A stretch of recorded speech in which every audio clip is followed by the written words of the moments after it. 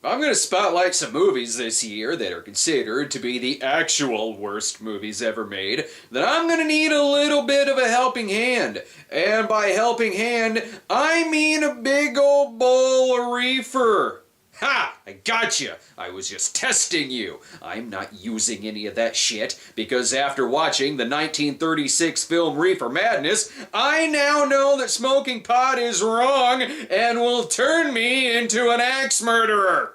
Financed by church groups to be used as a warning against the use of marijuana, even the 1930s said fuck this movie when exploitation filmmaker Dwayne Esper, the man behind Sex Maniac and How to Undress in Front of Your Husband, purchased the rights, inserted his own shots, and marketed it as an exploitation film.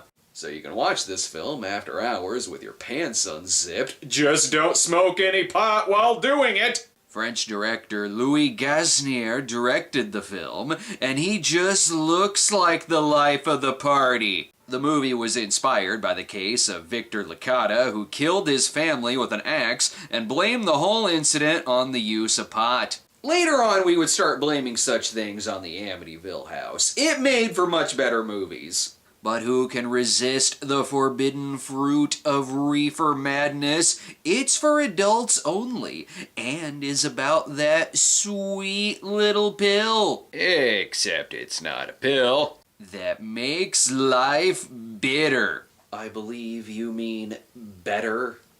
Wait, see youthful marijuana victims? What the fuck, 30s fetish? Also, it may turn you into a zombie who works as a miniature cigarette holder. The original title for the film was Tell Your Children. Only in that day and age would you be asked to tell your children about the exploitation flick you and your mom went to see. And if that isn't enough of a warning, you better believe the opening is packed with text crawls. The incidents and characters portrayed in this motion picture are purely fictional. Well, great! So it's okay for me to smoke weed then! The motion picture you're about to see may startle you. I've seen E.T. take it in the ass! The crawl then talks about how pot is the new drug menace that's destroying youth, even worse than the banana peel challenge. It's the real public enemy #1. Well, James Cagney may disagree with you on that. It causes violent, uncontrollable laughter, dangerous hallucinations, time slows down, loss of all power to resist physical emotions, and shocking acts of violence. Well, the opening was right about this being fictitious. You should try something safer, like booze. It doesn't do any of that stuff. Yeah, take that, 1936! And that dreaded marijuana may be reaching forth next to our son or daughter, or yours, or capitalized yours. Just keep telling yourself it's only a movie, it's only a movie, and in 36 years, Last House on the Left will come out. The results of Speed, however, are having an amazing effect on the newspaper business. They're churning out papers left and right. We open on a school meeting where the subject is Tell Your Children, formerly titled Reefer Madness. That is the purpose of this meeting, ladies and gentlemen, to lay the foundation for a nationwide campaign by you to demand by law such compulsory education. Because it is only through enlightenment that this scourge can be wiped out. Can't we focus on something more menacing, like Nazis? They're all whispering to warn their dealers that Narky von Tattelsberg is coming for them. But this dude knows his shit about pot production. A field of marijuana was found behind a tenement court. The weed was here being cultivated, regularly stripped and dried and sold in schools and at government army posts in and around New York. Well, that's where the movie's budget went. And made into cigarettes by a simple hand machine. The deadly narcotic is thus quickly and easily prepared for its market. They are hidden in fake jewelry cases. Thanks. Now I know how to roll my own joint and where to hide my stash. This movie is educational.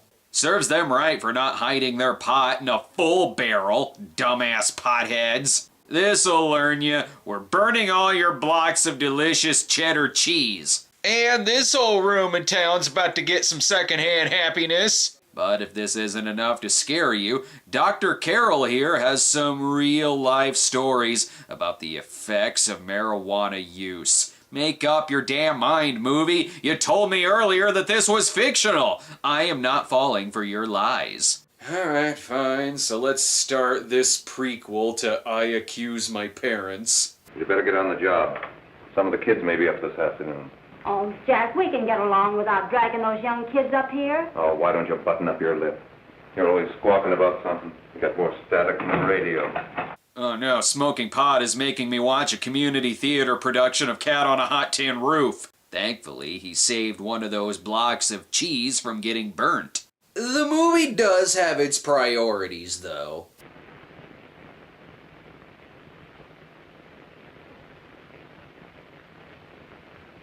Give the audience an erection and they'll be forced to sit through the rest of your seminar. This is Jack and May, a couple of drug dealers who spend their time giving weed to kids, or 30-year-olds playing kids. You can tell that these are drug dealers who are living in sin. Why else would there be a pillow on the floor? This plot is commencing at breakneck speed.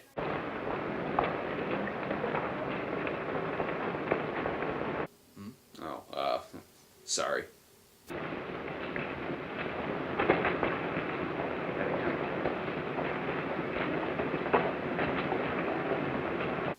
Great, now I can continue being a smartass. Yep, these are the teenagers of the film. They shouldn't be smoking pot, they're gonna be retiring soon.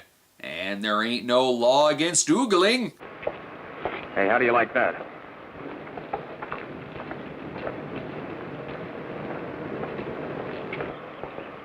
Very nice. Ooh, that tennis racket has all the stitchings.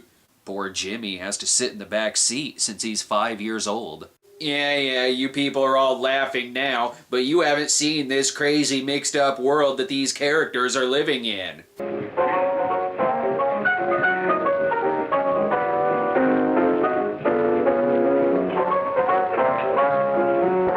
My God, these people need pot! Well, okay, maybe not this guy. He may have chopped up 5 people before coming to this party. There really should have been a disclaimer on the poster about the hardcore dancing. Boy, he really swings out hot with a mess of jive. You want to dance? Do it.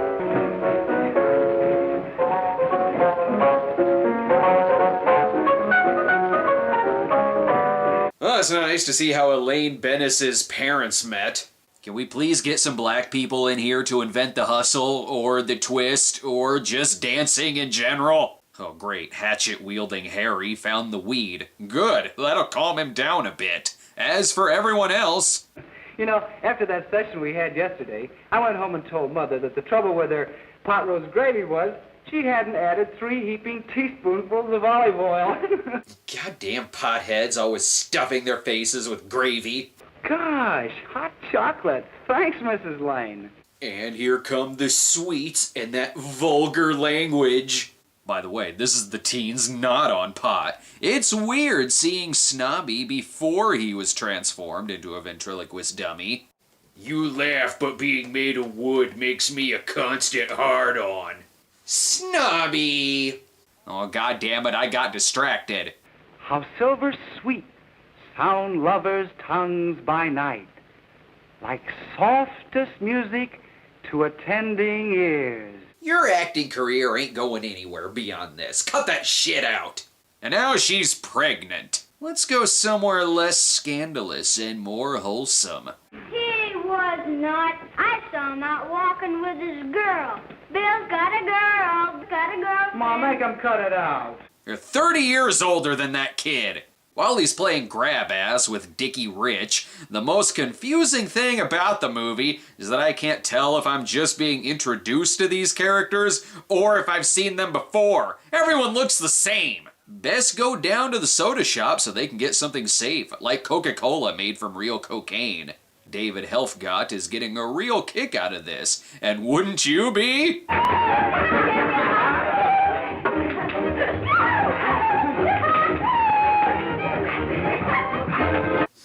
movie is secretly about PCP.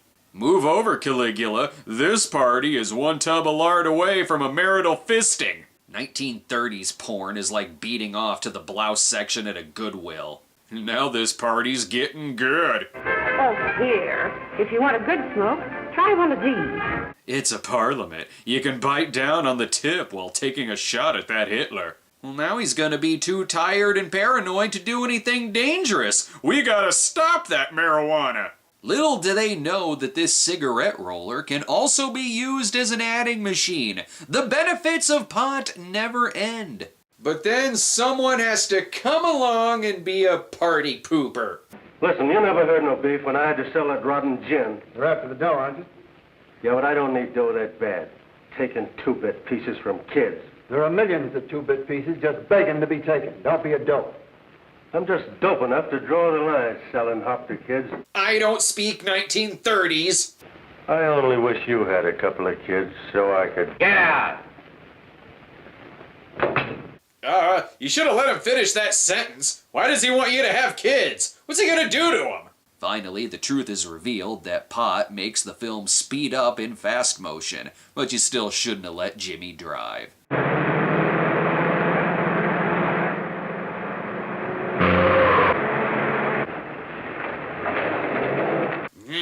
Turns out that guy was Albert Fish. Jimmy did everyone a favor. Jimmy is sober now and realizes that he did something terrible. He ran over a guy without thinking to take his wallet afterwards to buy more weed. This case is going straight to the FOBOI. Dr. Carroll decides to interview some students, so why not start with those who graduated 10 years ago?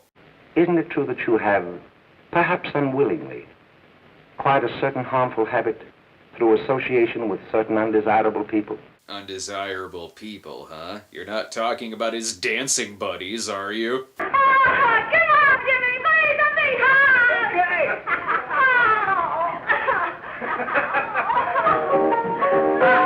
I knew it. They're devil worshippers possessed by Satan.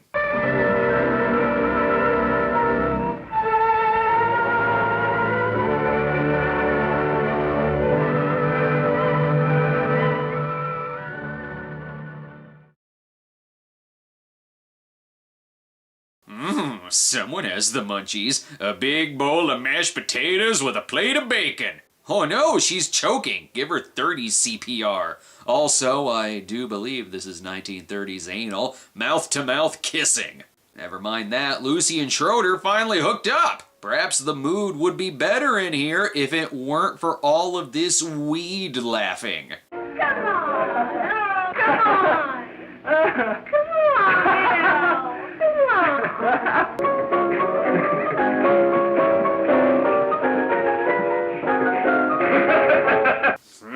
Each one of them makes for a better Joker than Jared Leto. Now the cops are here to deliver the 100 points to Jimmy for running over the old guy. Was the person killed? Fortunately, he wasn't, but that's still no excuse for hit-and-run driving. Crap, what do you mean that's no excuse? That's always my excuse whenever I run over old people. Mary searches all around for her brother Jimmy, and not even a young Ernie Coach Pantuso has seen him. Mary soon looks for Jimmy over at Jack and May's, the House of Drugs. We're in between the comedy bits, so Zeppo Marx is here to make the audience swoon for a few minutes. This is a riveting sequence.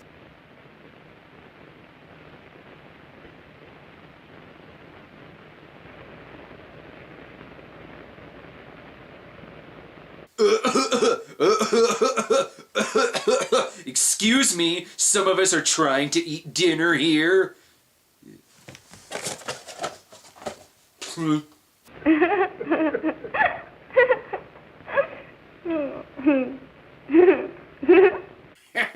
He just told the aristocrats joke and she's pretending to get it.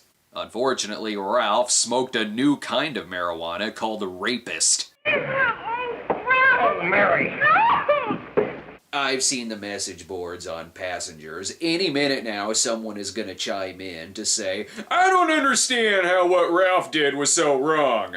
Somehow this fight causes Jack to come in and break it up, but he didn't hear anything when the rape was going on.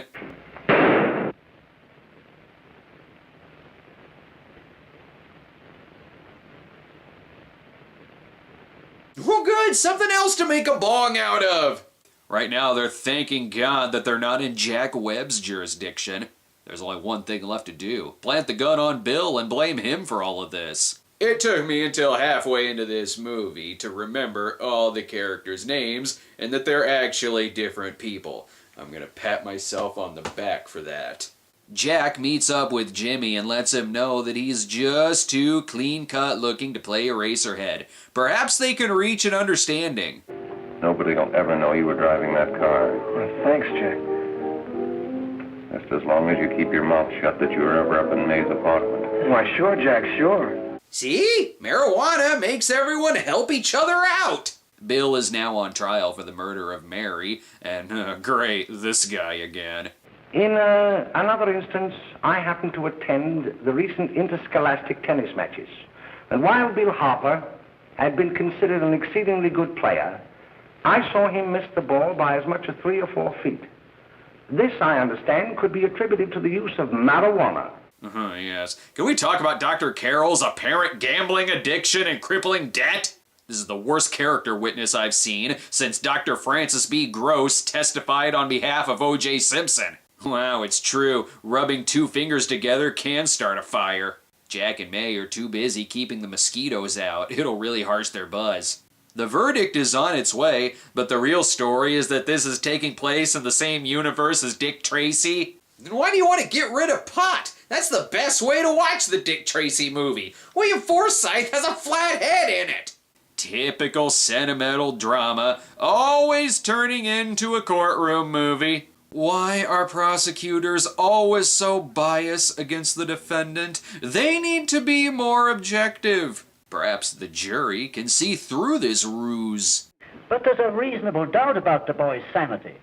We can't. No doubt about the fact that he murdered her. He admitted it himself. That wasn't the first time he was there. Worst adaptation of 12 Angry Men ever, and I've seen the Pauly Shore version. This case has me on the edge of my seat.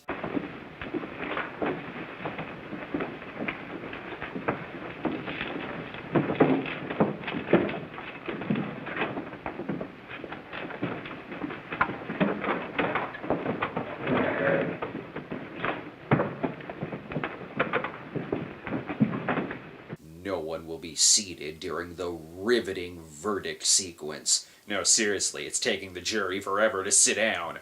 Bill is found guilty, and then, I don't know, it's off to lunch and a scotch. Ralph, meanwhile, grows more crazy and paranoid by the day. Gotta be the bath salts. May! What do you want? Bring me some reefers. On one condition, you stop calling it reefers. It's like the dialogue was written by a church group or something. I want to see Jack. Jack. I want to see Jack. Why? That's Coppola's worst movie. I don't know why they called this one of the worst films ever made. At least they're not CGIing the smoke. There's only one thing left to do. Must get rid of Ralph. I know what you want. You want to kill me. You're crazy. Take it easy, kid. I just want to talk to you. If ever there was an actor to deliver the line, "We're gonna be pals, right?" It's that guy. Ralph defeats Jack, though, and Harley Quinn is getting a laugh out of her Mr. J. Soon they get busted for a Class A overacting and are hauled off to jail. May comes clean that it was actually her as No-Face, and we're just not ever gonna mention Jimmy running over an old man again, are we? Or that crazy Ralph never got sober and grew up to annoy the residents of Crystal Lake. They must figure people in the audience are baked and have a short-term memory. Why else would they show us flashbacks to wrap up a 65-minute movie? Can we hurry this along?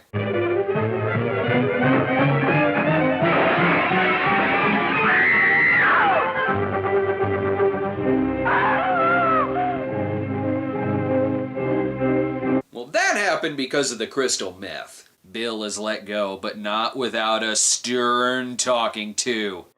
But, young man, although this court is convinced that to declare you guilty would have been a gross miscarriage of justice, We cannot condone your acts.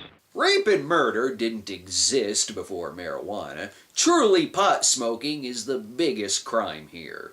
Ralph goes off to an insane asylum for the rest of his life. His Riddler costume will be kept in storage along with Two-Face's. And thus ends Dr. Carroll's long-winded story of confusing pot with alcohol. The next tragedy may be that of your daughter, or your son, or yours, or yours, or yours. And no one ever smoked pot ever again.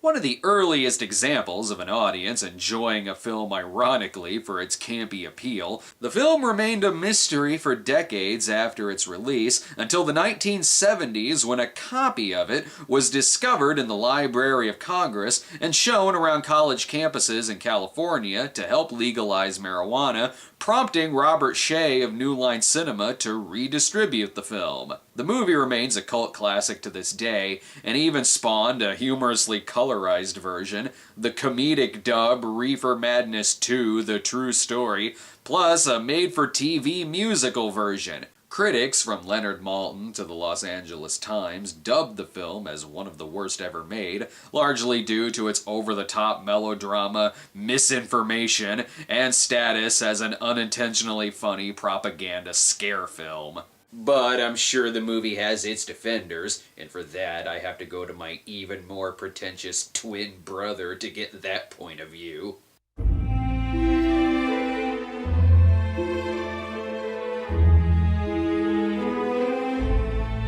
Looking at the juxtaposition of the inflection of drugs stranglehold on the Depression-era metropolis during the height of the status quo domination of corporate greed-run America, Reefer Madness is the result of the cheese being stirred too hot in the pot of fact-based dilemma at the heart of civilization's corset.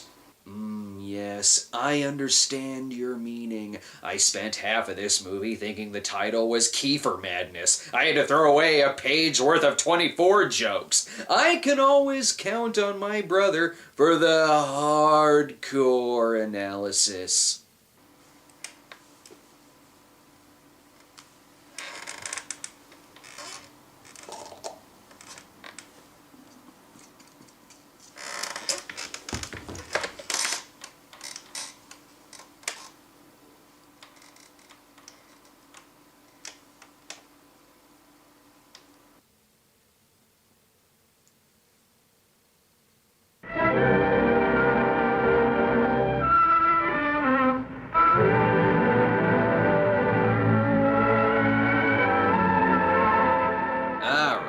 Want to see more Cinema Snob episodes? Do you like movie reviews from people in cars? How about animated cat detectives? Be sure to subscribe to our YouTube channel at youtube.com/StonedGremlinProductions. Follow us on Twitter at The Cinema Snob, or check out our homepage at thecinemasnob.com. And you guessed correctly, I am a little drunk. What happened? You killed her.